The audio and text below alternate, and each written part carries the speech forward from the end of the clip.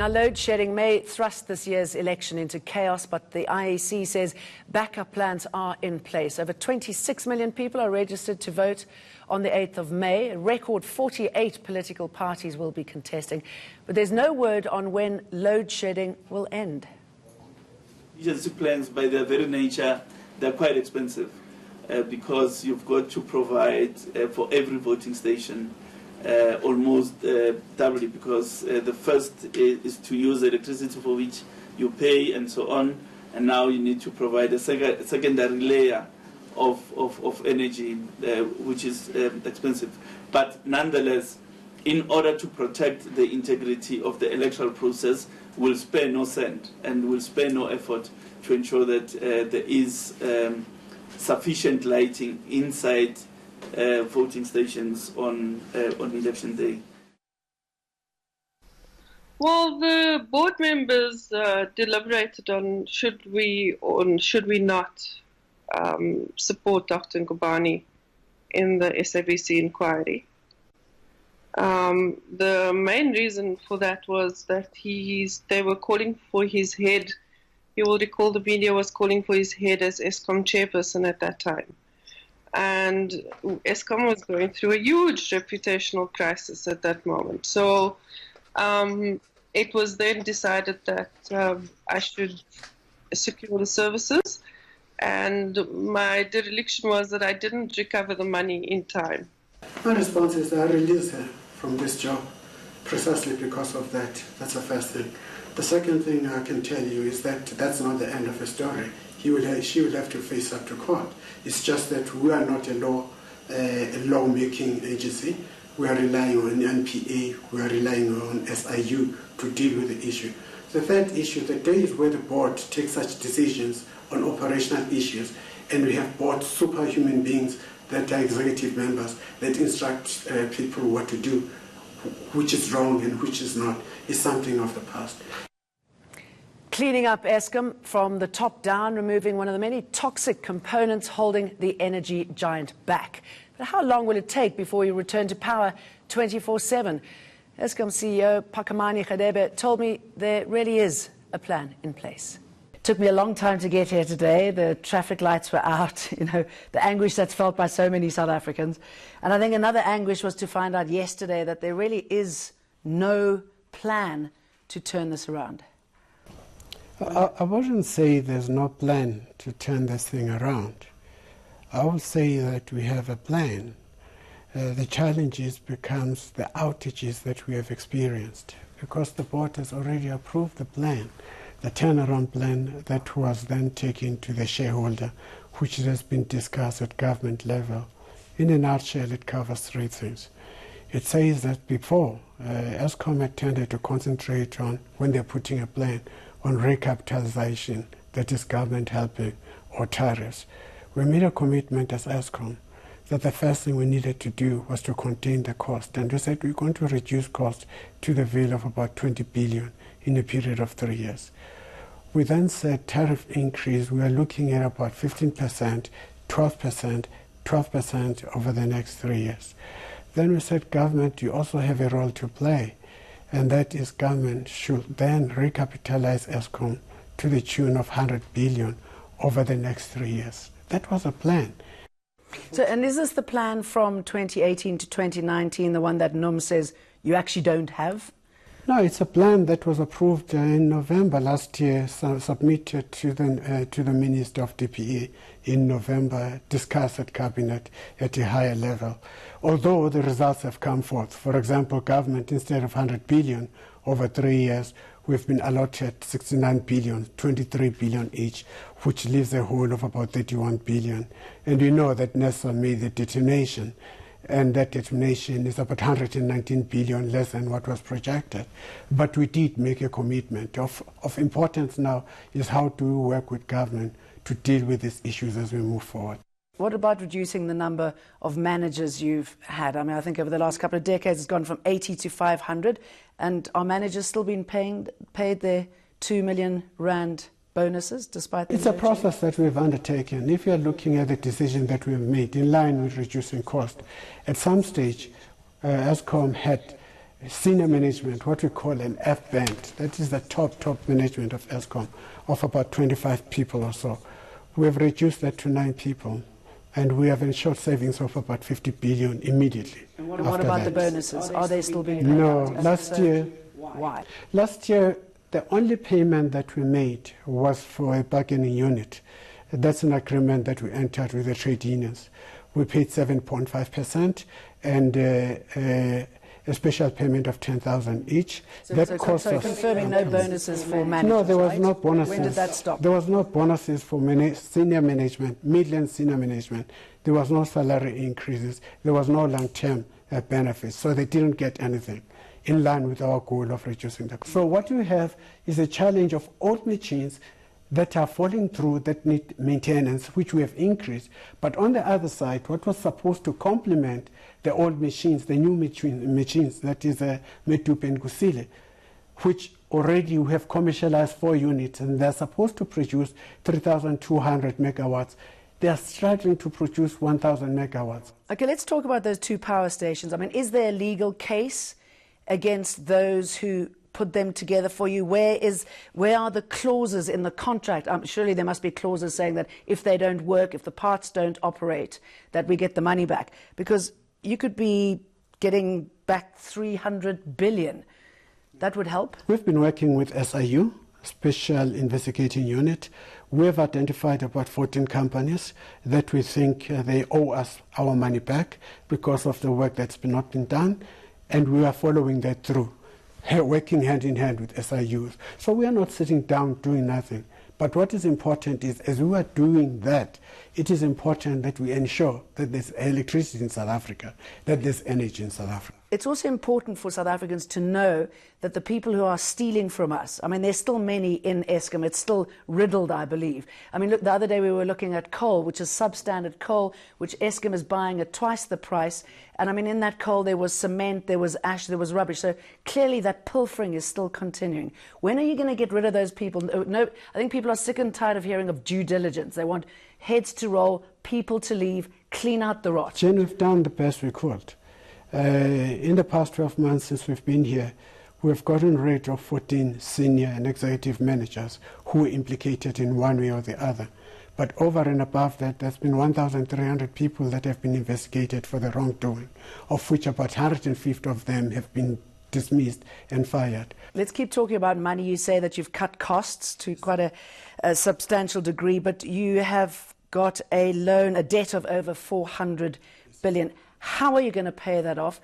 Is it something that my grandchildren are going to inherit? Is this a curse that's going to befall them? We have stated that the level of debt in Eskom is such that Eskom cannot be able to solve it itself. And the biggest chunk of that debt is coming from new build, Medupe and Kusile. That's why we've been sitting and talking to the shareholder, the government, to find means and ways of dealing with this. Because the savings that we have made, as good as they are only dealing with the income statement of our market. So we're never going to be able to pay off this? No, we will, through the help of the government and through the tariffs that would be cost effective. But how does the government know that this money is going to the right place? For example, today, BRICS Bank has said that they will give you a 11 billion rand loan. How do you know that that money is accountable? Because again, South Africans just feel that you're just giving money to crooks. We have better controls. We have tight systems. We've put in systems that ensure that the money is spent in the right place. But we cannot, and I want to emphasize, we cannot solve our problems by borrowing more. No. We're already sitting at a gearing that is debt to equity of 75% or so. That is huge. We will need to optimize the balance sheet. And when we talk to the government and we said, government, we can cut the cost. We can reduce by 20 billion. But you also have a role to play. That role is to recapitalize and help us reduce the debt. Government is agreed. When he says he refuses to take on your debt, I mean, what does that say about your ability to manage finances? I think Minister Mboweni is right. Eskom has been to say something like this because all South Africans are angry. They don't see the results. But the truth of the matter is when you went into the budget, he indicated that he's giving us 150 billion. That will help us a great deal. While this is not ideal, this is not the best we were looking for, but it goes a long way in helping us because it covers 65% of the debt servicing cost. But the issue with government is now, yes, we have given us 23 billion over the next 10 years, which amounts to roughly, at net impact, 150 billion. But the truth is we might need a bit more. Could we sit together and try to come up with an appropriate strategy that will ensure that we do not only deal with the cost side, but we improve the balance sheet of Eskom so that Eskom will borrow without government guarantees. Those are deliberations that are ongoing. Okay, let's talk about IPPs. I mean, they've been signed off and yet they still are not operating. Yes. What's the problem there? They could fill in the shortfall that we are currently experiencing. The IPPs have been very, very helpful. The window 1, window 2, window 3. That is why we don't have the blackouts. But the process, which we have already signed on the window 4, takes its own toll in its own time, and that will be signed. And the biggest Are you getting the support you want from the government here? Yes, we do. You know, one would feel that maybe the prices of IPPs should have been reviewed because they were agreed upon in 2015, and since then the prices decreased in 2018. Maybe we needed to review. But we've been given a mandate to begin to go and talk to the IPPs and renegotiate the price. The issue about the IPPs is the price that we paid or we agreed upon. But the role they play is correct. And the noises that have been made as to it has caused this problem in Eskom, it's totally wrong because that's the money we get out of NESA. Good. Okay, if you had to make a pitch now to South Africans, I mean, what is your message to South Africans? How long is this going to go on for, seriously? And if you were to talk to Moody's today, what would you say to them so that they don't downgrade you to junk status? I would say we have set aside 23 billion rand to deal with maintenance because maintenance has not been done for quite some time this year. This goes to 50 billion over the next 3 years. We're going to deal with each and every trip that we are meeting, that in 6 months' time, we have reduced a number of trips. Probably we'll still have other trips in another 6 months, 7 months or 8 months or so. But it will not be as intense as it is now. We have an appropriate strategy that has been done by 3 independent institutions, including us, that indicate the way forward, what needs to be done. Okay, so how long is it going to be bad for South Africans? I think the next 4 or 5 months, as we deal with the trippings, the machines, all machines that are falling through is going to be a challenge. The second challenge. What are we looking at? Load 4, level 4, 5, 6? I don't think it will be level 4, level 5. It will be level 2, 1. I will tell you why we are facing level 4 as we are talking now. It's because of 4 things. It's the old power stations that are not delivering what was expected, of course. I've already indicated the challenge they're facing. It's the new power stations that are not meeting their target. But thirdly, which added, is not the main cause, was the Kwara Basa and the cyclone that took place. It wiped out about 1,002 megawatts of electricity. And the 4th thing is that because of these challenges that we have had, we've been going around buying diesel anywhere and everywhere we could buy until South Africa ran out of diesel. There are ships that are coming in. Today there'll be ships that will be coming in with 25 million litres, and tomorrow there's another one that's coming with 23 litres. Those will help us to use the reserves as we move forward. Okay, let me ask you about something that came out today, Suzanne Daniels. I don't know if you heard about the interview. I haven't heard about it. Okay, so she was the head of legal and compliance at Eskom, and she said that she broke the law. She was in cahoots with the former board. She signed off a payment for legal fees and matters unrelated to Eskom, and she was involved in prepayment for coal, this substandard coal that helped the Guptas fund the optimum coal mine purchase. So basically stealing money to give the Guptas a mine in order to steal from Eskom. What is your response to that? My response is I release her from this job precisely because of that. That's the first thing.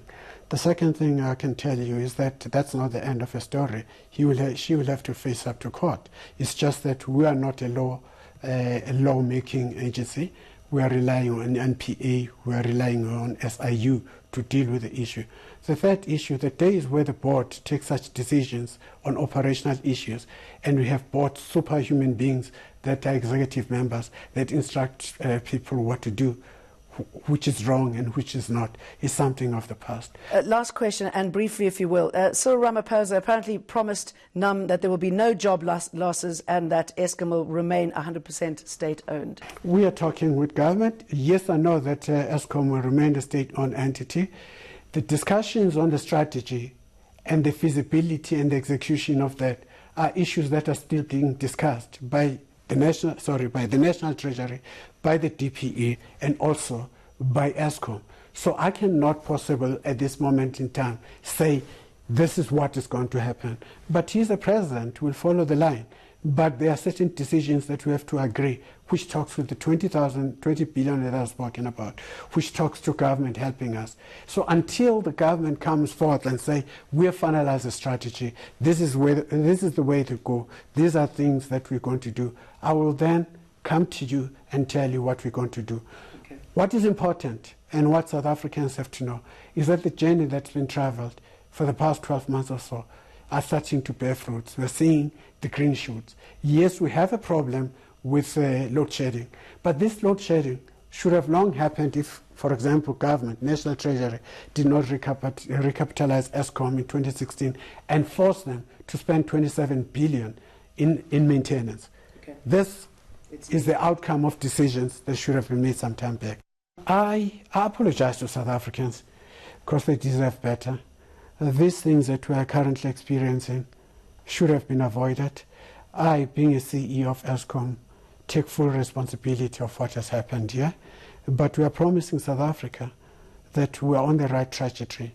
It might not be solved tomorrow or a day after, but we have a plan, we have a strategy, and we have full support from the shareholder.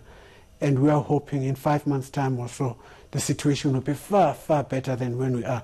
I can't say in 6, 7 months' time there won't be any load shedding, but we are not going to face the current problems we're facing. Still ahead, stranded survivors clinging to trees, others wading through mud and debris to reach food and water. Cyclone Idai's wreaked devastation in Mozambique, Malawi and Zimbabwe. Speak to Doctors Without Borders. Then South Africa is the largest HIV/AIDS treatment program in the world, but a growing number of patients have stopped taking medication, posing a risk to themselves and others. We'll discuss why.